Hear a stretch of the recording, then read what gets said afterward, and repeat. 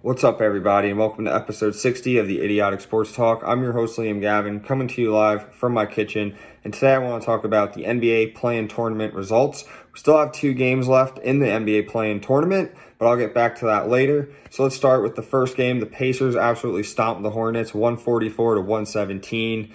This was the Pacers game from the start. I mean, by halftime, the game was pretty much over. The Pacers had a 24-point lead, and by the end of the third quarter, the Pacers had a 40-point lead. It was a rough night for the Hornets and the Hornets rookie LaMelo Ball, who had 14 points, 4 assists, and 1 rebound. But despite the loss, Charlotte has a bright future ahead of them. The only thing that held them back this year was injuries. I remember they were a 4th seed at one time and probably would have finished in the top 8 if they had LaMelo Ball and Gordon Hayward healthy all season. So chin up, Charlotte. You guys definitely have a bright future ahead of you. As for the Pacers, Domantas Sabonis, he almost had a triple-double. I said he's a triple-double threat, and he finished the game with 14 points, 21 rebounds, and 9 assists. His teammates, Doug McDermott, had a big game with 21 points, and his other teammate, O'Shea Brissett, he led the team in scoring with 23 points. The Pacers move on to face the Wizards tonight at 8 o'clock. Up next, we have the Celtics beating the Wizards. That's right, my Boston Celtics beating the Wizards by the score of 118 to 110. This game was back and forth up until the third quarter when the Celtics started to go on a little bit of a run and started to slowly pull away from the game. It became the Jason Tatum show. He finished the game with 50 points, 8 rebounds, and 4 assists. Tatum dropped a 50-piece. Oh, man, it was a thing of beauty to watch. This kid's just getting better and better every game. Kemba Walker had a huge game. He scored 29 points. He looks like he's starting to get back in his rhythm. It looks like he's found his groove. So I expect more from Kemba as the playoffs go on. As for the Wizards, their point guard Russell Westbrook had 20 points, 14 rebounds, and 5 assists. It was an off night for Russ. I mean, usually he has a triple-double, which he didn't record, so it was really rare to see him do that, and he didn't shoot that great either. Bradley Beal, his teammate, had 22 points, 9 rebounds, and 6 assists. Beal's hamstring has been bothering him recently, and you could tell in the beginning of the game it was bothering him because it took him a little bit to get going. Like up until the second, third, and fourth quarter, he finally started to get going. But in the first quarter, he wasn't really much of a factor due to that hamstring.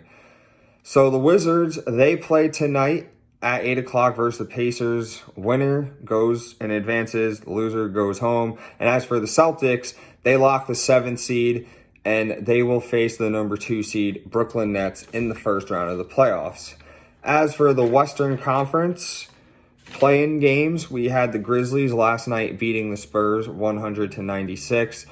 The Grizzlies outscored the Spurs 38 to 19 in the first quarter, but then the Spurs responded by outscoring the Grizzlies 30 to 18 in the second quarter. In the third quarter, they both tied at 16 and 16. And then the Grizzlies won the fourth quarter 31 to 28, making this a very close game, especially in the second half.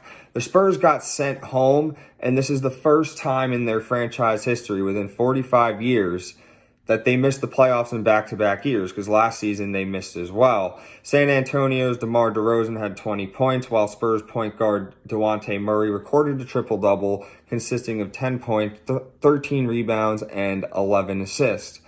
Grizzlies center Jonas Valanciunas had a monster game with 23 points and 23 rebounds, while Grizzlies point guard Ja Morant did his thing, dropping 20 points, 6 rebounds, and 6 assists.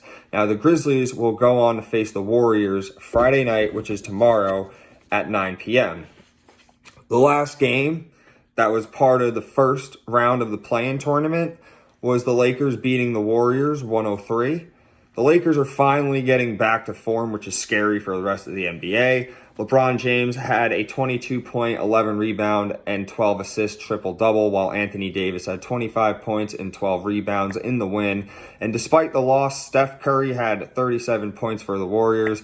The Lakers are finally looking fully healthy, which puts them in the title contention again. They face the Phoenix Suns in the second round of the playoffs, so that's going to be an interesting matchup. Meanwhile, the Warriors have a date with the Grizzlies on Friday. Win in or go home.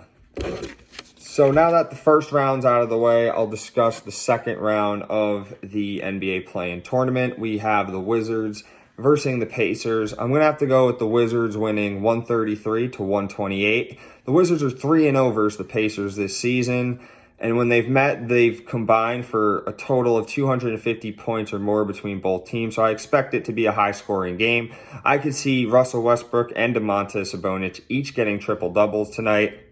The winner will advance to face the number one Philadelphia Sixers, while the loser gets sent home. As for the Friday night's game at 9 p.m., which is tomorrow between the Warriors and the Grizzlies, the Warriors are 2-1 versus Memphis this year. I'm going to roll with the Warriors, and not because of that reason, because Steph Curry is an absolute animal in the elimination games. I expect him to go off. I predict the Warriors winning 117-109 and Curry getting at least 35 to 40 points. The winner of this game advances to face the number 1 seed Utah, while the loser goes home. So I do like this NBA play-in tournament.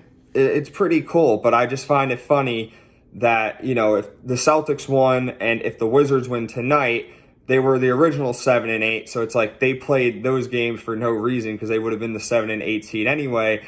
And same with the Lakers winning. They were the 7th seed, so now they locked it in.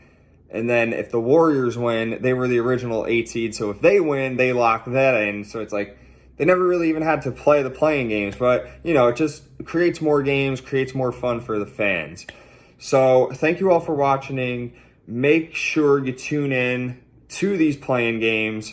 You got one tonight between the Wizards and Pacers at 8. And then tomorrow, Friday night, for the Grizzlies versus the Warriors.